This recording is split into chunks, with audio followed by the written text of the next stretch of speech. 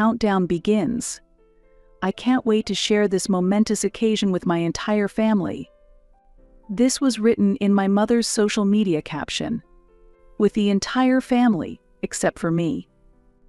I discovered I hadn't been invited to my parents' 50th anniversary party through my mother's social media post I had helped create. My heart sank when I saw the elegant invitation with gold lettering perfectly arranged on cream-colored linen. At first, I thought it must be a mistake. Maybe my invitation was delayed. Maybe my brother Maxwell forgot to tell me personally. I had, after all, spent the last 5 months working tirelessly to organize their dream celebration. I paid for the venue deposit when Maxwell claimed the budget was tight. I covered the catering's advance payment when my parents hesitated. I even contributed to decorations that, ironically, I hadn't even seen finalized. My stomach twisted as I scrolled through comments. Friends, relatives, colleagues, everyone expressing excitement about attending this milestone event. Someone even remarked how refined the guest list seemed. Refined. That's when the knot in my chest tightened painfully. I sent my mother a message, nothing confrontational, just, "Hey Mom, I just saw the post about your party. I haven't got my invitation though. Is it perhaps lost somewhere?" I stared at my phone, anxiety building as minutes ticked by without those typing dots appearing. An hour passed, then 2. By sunset, I was second-guessing myself. Maybe she was just busy. Maybe she simply forgot to respond. Then at 10:34 p.m., my phone finally buzzed. It was a message from my mother. "Listen, Olivia. I was planning to discuss this with you. We've made some difficult decisions about the guest list. It's a very high-class affair, you understand? We need to maintain a certain atmosphere. No offense, but you wouldn't really fit the sophisticated setting. I know you'll celebrate our special day in your own way, though. Love you." Nothing about me mattered to my family.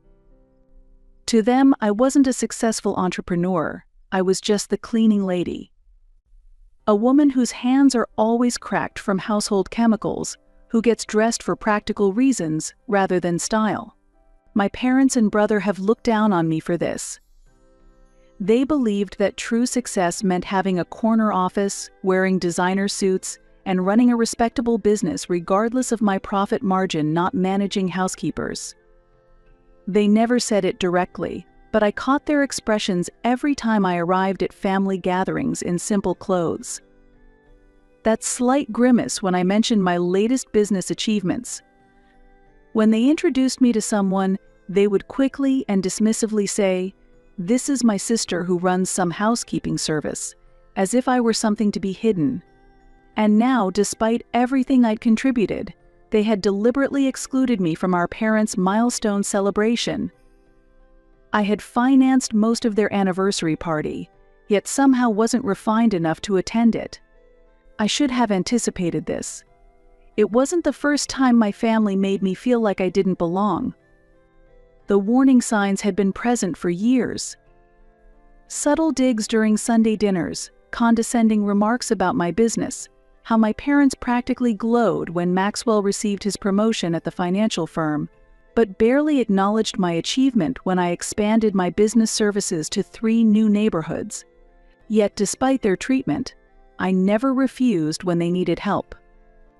When my parents wanted an extravagant anniversary celebration beyond their means, I stepped forward to secure the venue deposit, paid the catering in advance, even covered part of the custom decorations, all without expecting gratitude. The next morning, I drove to my parents' elegant suburban home with my heart pounding. The party was less than a week away. I didn't call ahead. I needed to hear their unfiltered thoughts. As I quietly entered, my mother's refined voice drifted from the kitchen. "Well, you know how Olivia presents herself," she was saying, her tone carrying that familiar subtle disappointment that always stung. "I simply can't have her embarrassing us all," my father replied firmly. This is a sophisticated anniversary celebration. I won't have her showing up looking like she just finished scrubbing someone's floors. My hands trembled with anger as I clenched them tightly.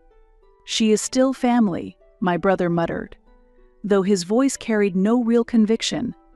Precisely, and as family, she should understand this isn't about her, my father snapped. I don't need her there making the guests uncomfortable. She simply doesn't belong in that caliber of gathering. My chest tightened painfully. I pushed open the door, stepping into their pristine kitchen. Maxwell's face was drained of color. My mother immediately busied herself rearranging appetizers that were already perfectly arranged. "So that's how you all see me?" I asked, my voice surprisingly steady despite my racing heart. My father hesitated before squaring his shoulders in that corporate posture he'd perfected. "Don't be so sensitive. It's simply not your type of social event." "My type of social event?" I repeated, crossing my arms defensively. "Come on, Olivia, you understand perfectly well," he sighed dramatically. "Everyone attending is in executive circles, finance professionals, my university colleagues, people who understand proper etiquette." "You have absolutely nothing in common with them." "Right, because I run a successful service business instead of handling paperworks. I must be too uncultured to maintain proper conversation." "I never suggested that." He backpedaled quickly, though his expression betrayed him. My mother sighed delicately. "Darling, it's simply a different caliber of gathering." "You must admit you do present yourself rather practically sometimes." "You're always in those functional clothes, and you don't carry yourself with the refinement our guests expect." "I own a growing company," I countered, struggling to maintain my composure.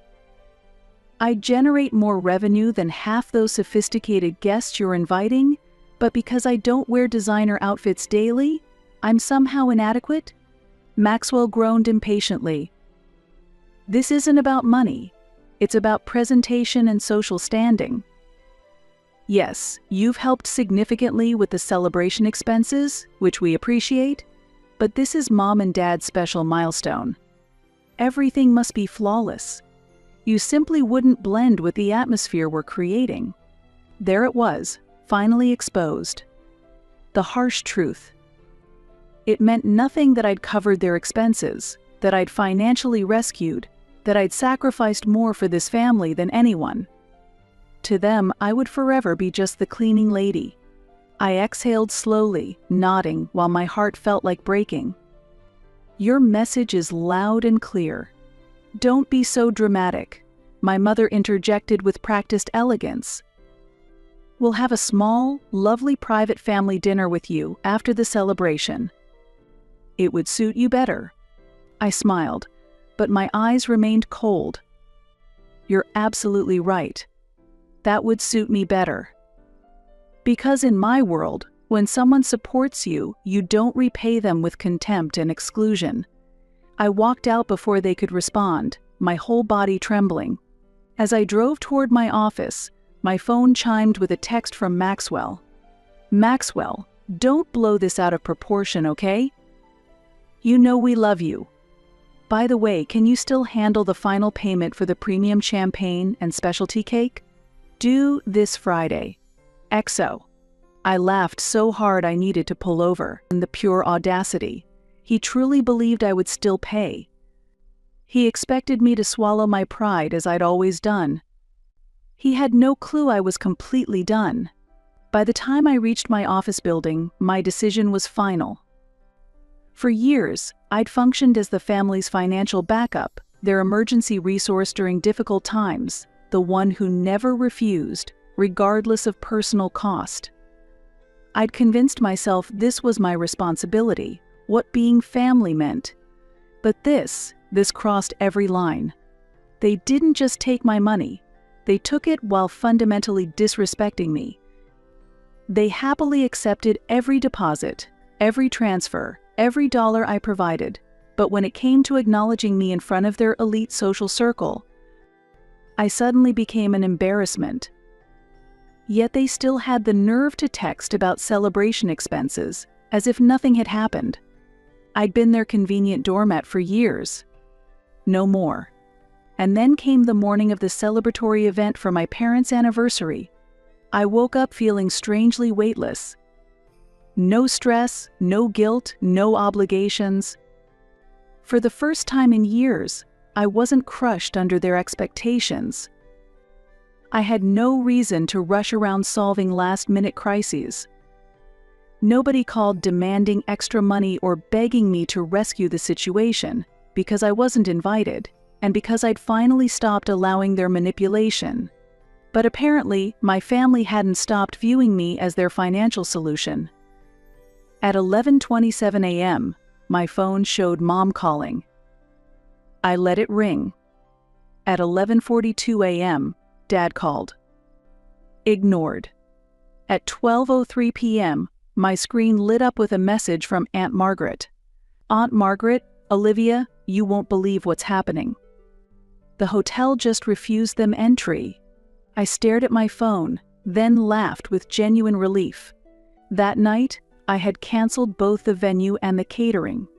I replied to my parents and brother, sorry, I wouldn't want to embarrass you by having my money associated with your sophisticated celebration. You'll manage without my help. Best wishes. No emojis, no pretense, just honest truth. Barely 3 minutes passed before my phone rang with calls. I sent them straight to voicemail. But it kept ringing. From Mom. From Dad. I had 12 missed calls lighting up my screen. Maxwell, what exactly do you mean you're not paying? The special order was already confirmed. Maxwell, you cannot simply withdraw now. The entire event depends on you. Mom, darling, don't be petty. This is merely a misunderstanding. We should discuss this. Dad, we expected you to be more mature than this. I stared at my phone, feeling a painful knot in my chest. Not one message contained an apology. Not a single, I'm sorry we hurt you. Just demands and expectations. Just the assumption I would continue in my assigned role. I called Maxwell. He answered immediately. Are you satisfied now? He shouted.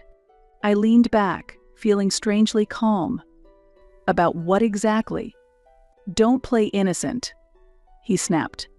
The entire celebration is ruined. Oh, I replied casually. Financial shortfall? You knew perfectly well we couldn't afford this. He yelled. You were supposed to contribute. You committed to this. I laughed softly. No, you simply assumed I would. Silence hung between us. Look, I don't understand what's gotten into you, but you're being completely irrational. You already committed to these expenses, so... I've reconsidered. I interrupted firmly.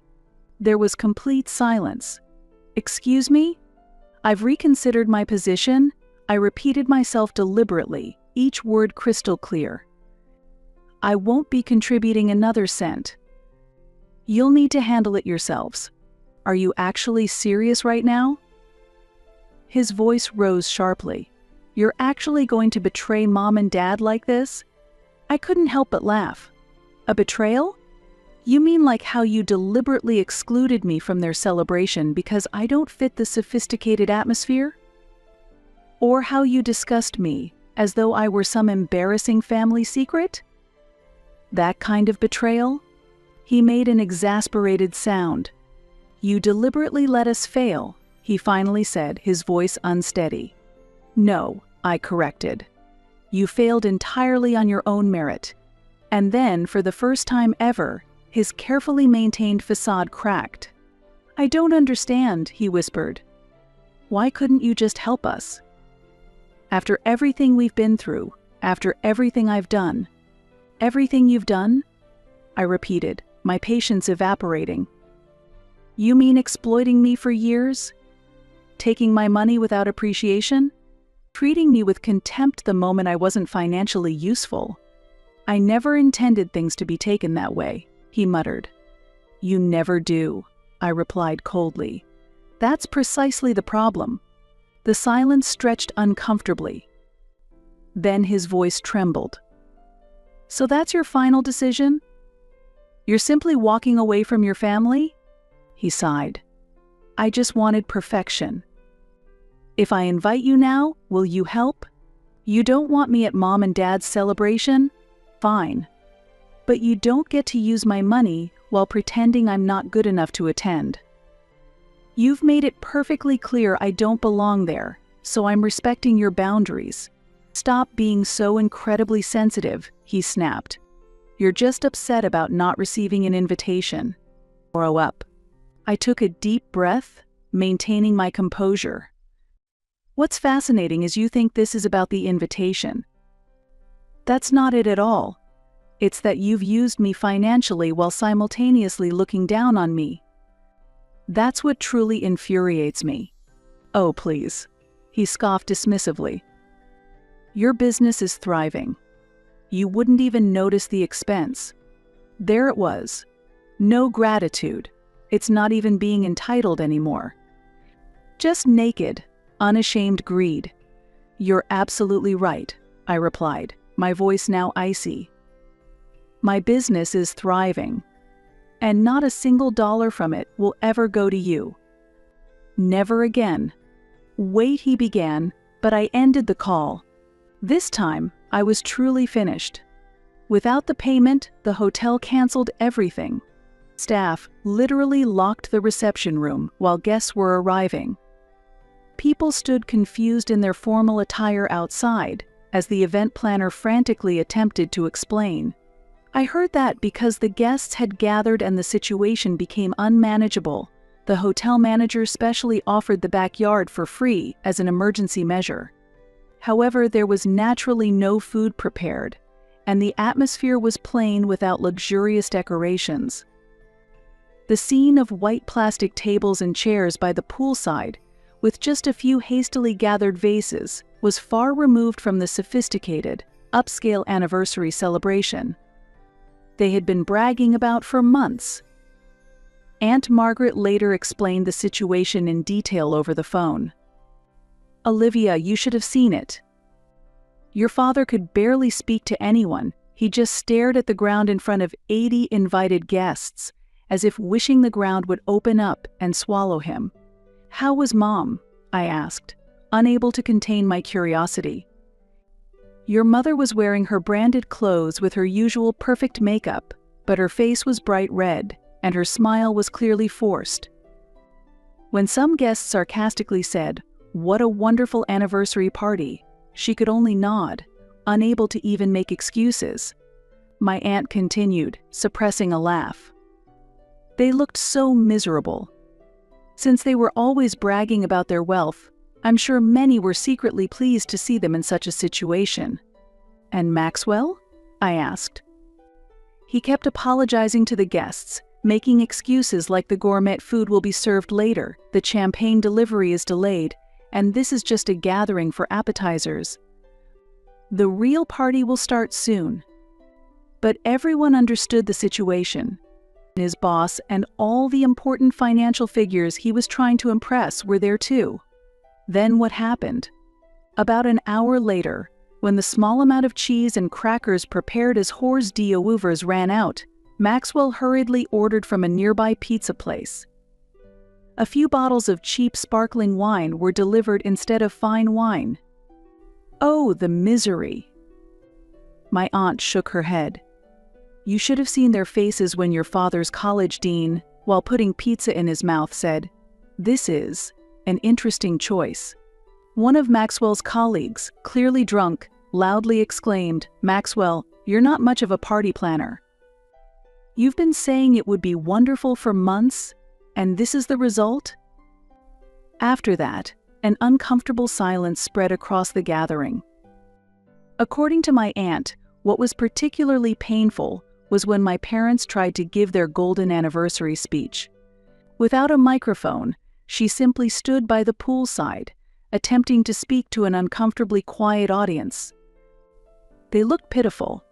When my father began with to celebrate this luxurious 50 years of marriage, someone coughed and someone else laughed quietly. Unable to continue, my father quickly returned to his seat after saying, "Thank you for coming today." In the end, everyone left after 2 hours. No commemorative gifts, no prepared toasts. It was just a miserable gathering, my aunt concluded. Your mother was quietly crying at the end of the night. Your father tried to comfort her, but he was just as upset. Imagining the scene, I felt a little guilty, but that feeling quickly disappeared. This was the path they chose. By excluding me, they also excluded my financial support. The reality is that simple. A few days later, I received a short message from my father. Your absence was felt. Not an apology, much less understanding. Just an implicit criticism that their failure was due to my absence. I didn't reply. Maxwell's social media posts also suddenly decreased, especially his boasts about his sophisticated life. Instead, he began talking about a new chapter in life and the beauty of simple living. Ironically, he now seemed to be praising the lifestyle he had criticized me for years. I didn't contact them. I didn't apologize. I didn't ask. For the first time in years, I felt completely liberated. It took several months for my parents to finally accept that my position would not change. First, they tried guilt, then hostility, and finally complete silence. Sadly, they ended up bearing the full cost of the hotel and catering due to the last-minute cancellations.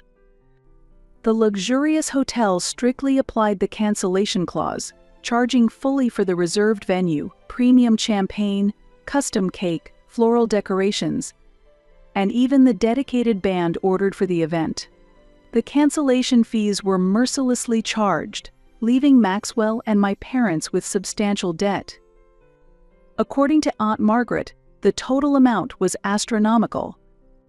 They incurred over $20,000 in debt, she secretly informed me. The hotel manager showed no sympathy. The contract had fine print stating cancellations after 1 week prior are subject to full payment. They either hadn't read it or thought it couldn't happen to them. My parents' situation was dire. They had to dip into savings they had set aside for retirement. Their long-planned European trip was indefinitely postponed, and their comfortable retirement plans were abruptly forced to change. My father had to resume working part-time by giving university lectures, and my mother started working for a neighborhood housekeeping company which she had previously refused as she did not want to work under me. Your father sits with his head in his hands every Sunday. Going over the household budget, my aunt said. They're even considering renting out the remote workspace in their home.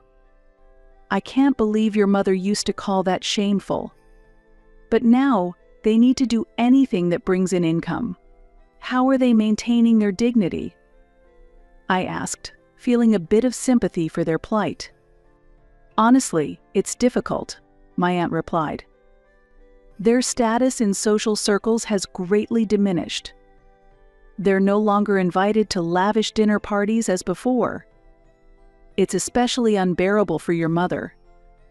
She lamented to me on the phone, "No one wants to associate with us anymore, all because of our failed party." Maxwell had to vacate his home and move to a more affordable place. He's struggling with monthly payments, Aunt Margaret explained. Maxwell's credit cards have reached their limits, and he started weekend work as an accounting consultant in addition to his job at the financial firm. It's the kind of work he once sneered at as vulgar labor-like work. Ironic, isn't it? He now relies on the kind of diligence you've shown. My aunt never directly asked me to bail them out, but the implication was clear, especially when she emphasized that they deeply regret their past mistakes. However, I didn't change my position. I had functioned as their financial safety net for years, and it was time for them to fully understand how one-sided that relationship had been. This was a harsh lesson they needed to learn. As for Maxwell, he never formally apologized, but I recently received a brief message from him. I was wrong. I should have respected you, your work, your success. That was all. Simple, not emotional, and most importantly, no requests for money. That's some progress. I didn't reply to that either. And myself? My business continues to flourish beautifully. I've expanded into 3 new regions and doubled my number of employees.